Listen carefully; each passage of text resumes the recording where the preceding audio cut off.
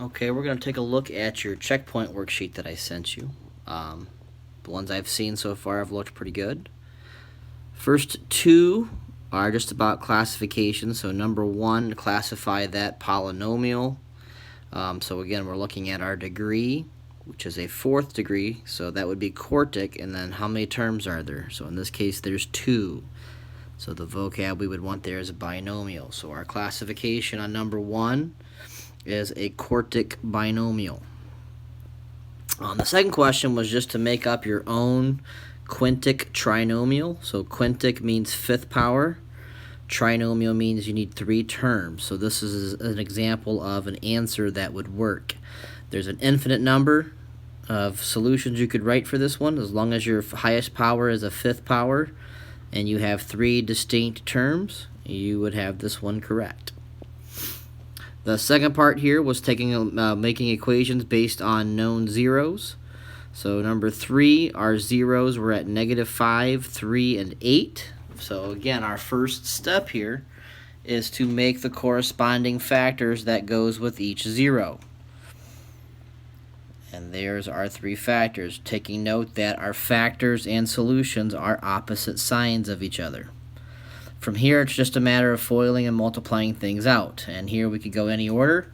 I'm going to go ahead and do these last 2 together first. So if I FOIL those out, I'll write the x plus 5 here real quick, I would get x squared. And then I have a minus 8x and a minus 3x. So minus 11x, and then -3 times -8 is 24. So there's my first piece. Now I've got to take the x plus 5 and multiply it to that quantity. So again, we're taking each spot here and we're distributing it to everything. So I'm going to take that x and I'm going to multiply it to those 3 terms.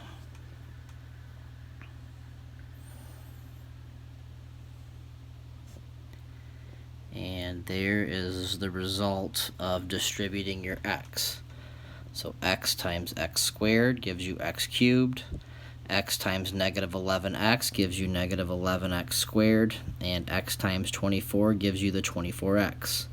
Now we've got to take the 5 and we've got to distribute that to all 3 terms. So 5 times x squared would give you a 5x squared. 5 times -11 would be a -55x.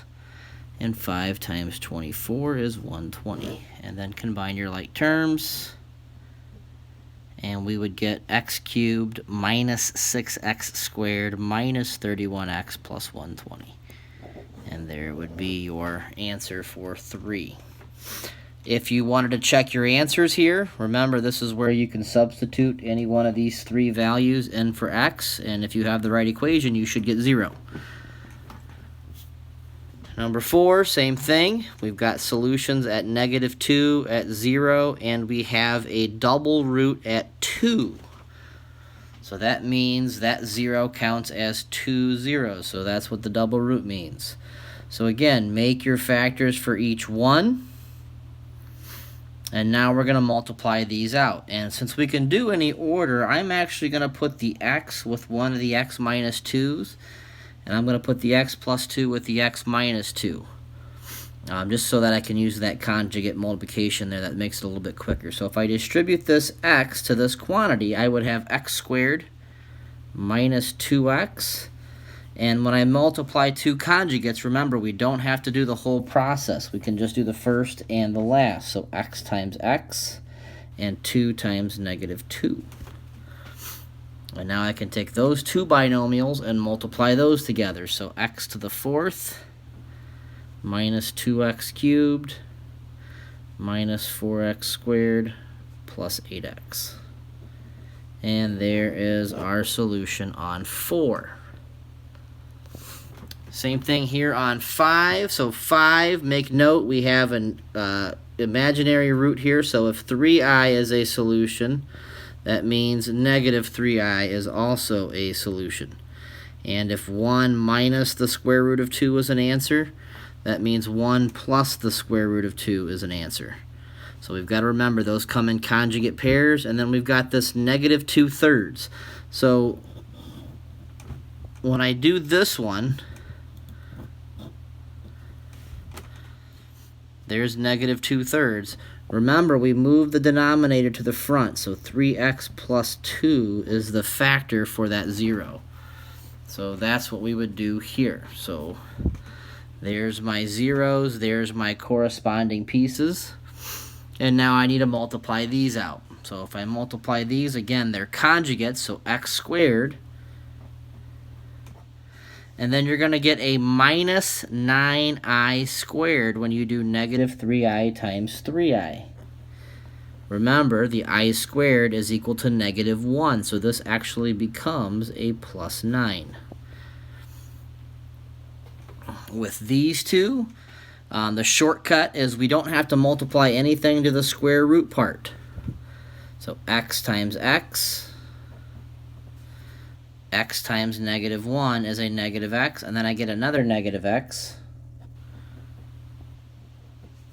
Negative 1 times negative 1. And then the square root of 2 times the square root of 2 is the square root of 4. So I get that piece. And then I have this 3x plus 2. That doesn't have anything to work with yet. So from here, I'm going to go ahead and I'm going to clean this one up. So this is going to become x squared minus 2x. And now I have a 1, and then the square root of 4 is 2. So 1 minus 2 is a negative 1. And I'm going to go ahead and I'm going to multiply the x squared plus 9 and the 3x plus 2. So I would get 3x cubed plus 2x squared plus 27x plus 18. And now I'm going to take that trinomial and multiply to that polynomial of 4. So I'm going to distribute this x squared to all 4 terms. And that's going to give me 3x to the 5th plus 2x to the 4th plus 27x cubed plus 18x squared. So there's that distributing. Now I'm going to take the negative 2x and I'm going to do the same thing. I'm going to multiply it to all 4. So minus 6x to the 4th minus 4x cubed,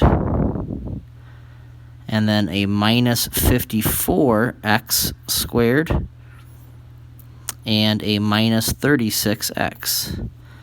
And then I take this minus 1 and I multiply it to all 4. So negative 3x cubed minus 2x squared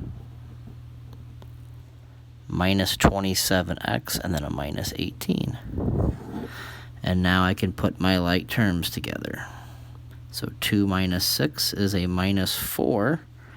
This right here is a minus 7. So 27 minus 7 is just 20. And then here I have negative 56 and an 18. So negative 38x squared. This becomes a negative 63x and a minus 18. And there's our answer for 5. And then number 6. We've got at negative 1, we've got a triple root at 0, and then we've got negative 2 plus 4i. So again, there's a complex number. That means its conjugate also has to be accounted for. So negative 2 minus 4i also has to be a solution, because complex and irrationals always come in conjugate pairs. So for 6, there's our factors for those zeros. So triple root at 0, negative 1, there's my complex number piece. And I'm going to put these two together. So x to the 4th plus x cubed. And I'm going to multiply these out. So x squared plus 2x. Again, I don't have to do the x to the I because it's going to cancel. I get another 2x plus 4 and then a minus 16i squared. Well, in here, you're going to get plus 4x, and then this becomes a plus 16 because of that I squared is actually a negative 1. So if we clean this up, we get a plus 4x and a plus 20.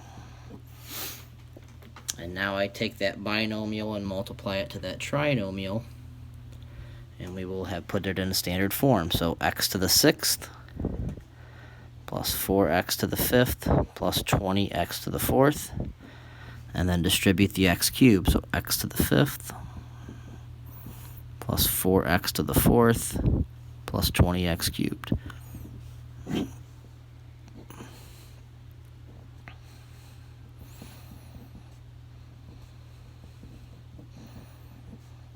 And there's your final answer, x to the 6th plus 5x to the 5th plus 24x to the 4th plus 20x cubed. And again, if you wanted to check your answers, you could plug in any of those zeros and it should work. Number 7, same thing here. We want to create an equation for this graph, and I even said to leave it in a factored form so we don't have to multiply this one out. Key thing here is looking at your zeros. So I'm going to circle where those intercepts occur. So we have a -3, 0, 2, and 4. There is our solutions. Now note, at 0, it doesn't pass through the axis. It bounces off and stays negative. That means this one is a double root. And same thing here on 4. It does not pass through. It reflects off. So this one is also a double root. So our factors would be x plus 3. This would be an x squared. I'm going to put that in the front. X minus 2. And then the 4 is an x minus 4. Now the other thing I'm going to look at is look at the end behaviors. They're both going up, which tells me I have a positive scenario. So it's positive and even, I know, just by looking at the end behaviors. If they finished down, I would have a negative and even, which means I would need to include a negative coefficient here in the front. I could put just a negative sign for a -1, or if I wanted to, I could put a -2 or a -3 or something along those lines. But it's finishing up, which tells me it is positive. So there is your answer in factored form. This would be the type of question you would see on the SAT. They would give you a graph, and what they would be testing for is your knowledge of the factors being opposite to the intercepts, as well as they might sneak an end behavior piece on you to know whether or not it's positive or negative. And then 8, 9, and 10, we are sketching graphs. So 8, there is your function. So the important thing to look at is what are the zeros for this polynomial. So it's already factored for us. So you would have a 0 at 0, -3, and at 4, you would have a double root. So there's your 3 zeros, 0, -3, and 4 would be a double root. All 3 of these would show up on the graph. So we've got a 0 at 0, -3, and +4. The other thing, our lead coefficient. Well, I have -2x times x, which would be -2x squared. And then -2x squared times 1x squared would be -2x to the 4th. So -2x to the 4th is negative, and it is even. So negative and even tells me the end behavior is finishing down. So I know the ends of my graph are both going towards negative infinity. Now the only one now I have for a multiplicity is at 4. So when I get to 4, it should not pass through. And again, here it's going to bounce off. There's that double root effect on the graph. It does not pass through the intercept, it reflects off. So there's what your sketch for number 8 looks like. And again, I don't care how high and low you make these humps. Generally speaking, the farther apart the intercepts are, the higher that hump's going to be. The closer they are, the farther it's going to move. Same thing on number 9. So number 9, you've got -2/5 here. So this -3 would not be a solution because there's no x attached to it like there was here with the 2. So it's part of the end behavior, but not as a 0. So negative 2/5 is a 0. Positive 1 is a 0. 4 is a 0. And now this was one of our special ones. Notice the square is not outside, it's inside. So if you solve this, you would add the 50 over, and you would square root it. So plus or minus square root of 50 is your other solution. So there are your three or your sets of zeros. Now all of those are real numbers, so they would all show up on the graph. So 50, we would want a decimal approximation for this one. And it's actually fairly simple because the square root of 49 is 7. That means 50 should be a little bit above 7. I believe it's like 7.07. So plus or minus 7.07 is our solutions there. So we're going to have 2, 3, 4, 5 zeros that show up on the graph. So all of those are real. So negative 2/5, that's negative 0.4, so it's not quite halfway between 0 and negative 1. We've got a solution at 1, at 4, and then a little bit past 7. So there's 5, 6, 7, and 8. And then we have one at negative 7. 4, 5, 6, 7, and 8. And so there's all of your solutions on that piece. And now if we look at the lead coefficient, you're going to have negative 15x, negative 15x squared, and then 3 more, so x to the 5th, and then x to the 7th. So negative 15x to the 7th tells you it's an odd power, and it's negative. So your end behavior is going to finish going down. So on this graph, at that square root of 50, it's going down. At the negative square root of 50, and to the left of it, it's going up. So our end behavior is doing that. And then I have a triple root at 4. So it's going to pass through, pass through. Now at this triple root, remember, it flattens out. So at 4, I'm going to flatten out and then get lower, and then I'm going to flatten out and get a little bit higher. And there's kind of how you can illustrate what that triple root effect is. So triple root still passes through, but at the intercept point, it's very, very close to the 0 because we're cubing very, very small numbers. And there's what your sketch on 9 would look like. And then the last one here for 10, you would have a solution at 0. You would have a triple root. You've got 1 at negative 5. You've got 1 at negative 2. You've got a double root at 2/7. Now this x squared plus 9, it's similar to this part. It's a special one. The squared is inside with the x, not outside. So it's not a double root. So I've got to set it equal to 0. And if we solve this little equation, what we end up with is a complex number, because when I square root negative 9, it's a non-real answer. So there's my solutions for that factor, and then I've got one at 6.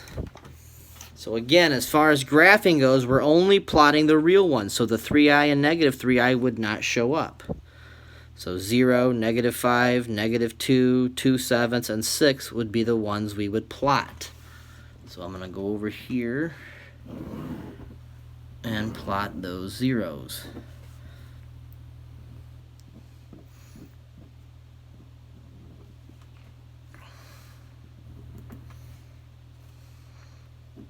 So 2/7 is between 0 and 1, closer to 0.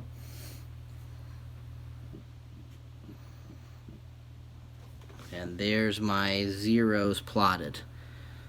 So there's my negative 5, my negative 2, my 0. There's my 2/7, which means those two things are pretty close, so that hump's going to be very small. And then there's my 6. So again, the 3i would not show. If I take a look at my lead coefficient, I would have a 7, and then it's 3, 4, 5, 6, 7, 8, 9, 10. So 7x to the 10th would be my lead term, which tells me it is positive and it is even. So it's going to finish up on both ends. And then we've got a triple root at 0 and a double root at the 2/7. So it's going to pass through, flatten out, reflect off, and bounce. So that's going to be that's pretty hard to portray, but it would be very flat. These two things would be very close. It does not pass through. And there's what your graph looks like. So it's kind of a messed up W. But there is your checkpoint. If you have any other questions, feel free to contact me. And hopefully the factoring part has gone well for you.